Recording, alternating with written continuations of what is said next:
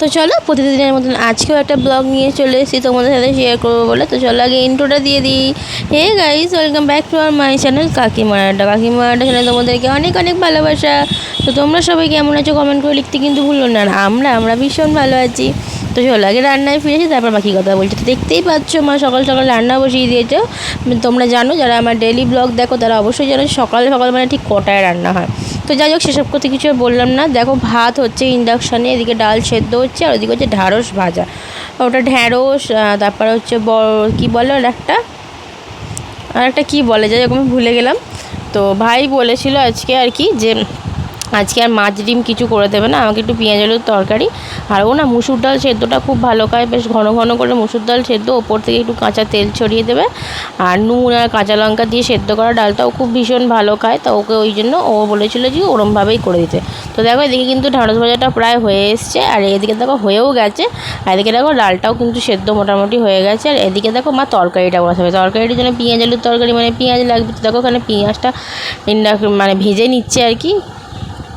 একটুখানি টমেটো দিয়ে দেবে তরকারির মধ্যে, বাস আর কিছুই না। একটু তোমার জিরে গুঁড়ো, নুন, স্বাদ মতন মিষ্টি, সামান্য একটু চিনি ফ্লেভারের জন্য, কালারের জন্য, ব্যাস। এক্সট্রা করে আর কিছু দিতে লাগে না। কিন্তু এই পেঁয়াজ আলুর তরকারিতে মুসুর ডাল খেতে কিন্তু খুব ভালো লাগে। আমরা প্রায়শই আর কি খাই, ভালো লাগে আর কি। জল ঢালা ভাত দিয়েও কিন্তু খেতে খুব ভালো লাগে। তার সাথে যদি একটা ডিম ভাজা হয় বা ডিমের অমলেট হয়, তাহলে তো কোনো কথাই হবে না। তো যাই হোক, যারা খাও অবশ্যই জানো, যারা খাও না কিছুই জানো না। তো চলো মা একটা জিনিস দেখাবে, সেটাকে তোমরা দেখে নাও।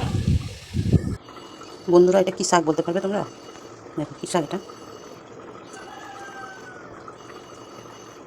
কমেন্ট করে বলো কি শাক, এটা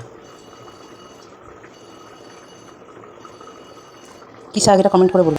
তো দেখতেই পেলে মা একটা শাক বললো, তার নামটা কমেন্ট করো। তোমরা এদিকে ওই জায়গায় থাকো অবশ্যই জানিও। তো তার নামটা আমিও বললাম না, যদিও বা আমি জানি না ঠিক কি ভুল।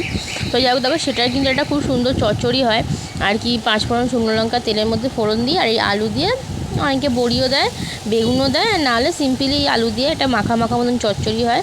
কী কী খেয়েছো সেটা অবশ্য কমেন্ট করে জানিও। আর অবশ্যই জানিও কিন্তু যেটা কী শাক।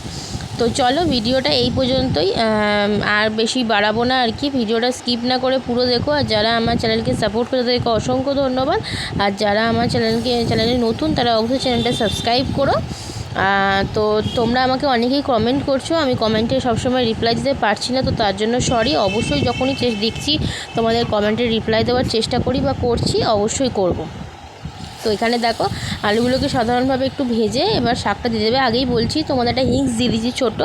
শাকটা কিন্তু একটু তেতো টাইপের হয়, একটু কষা তেতো টাইপের হয়।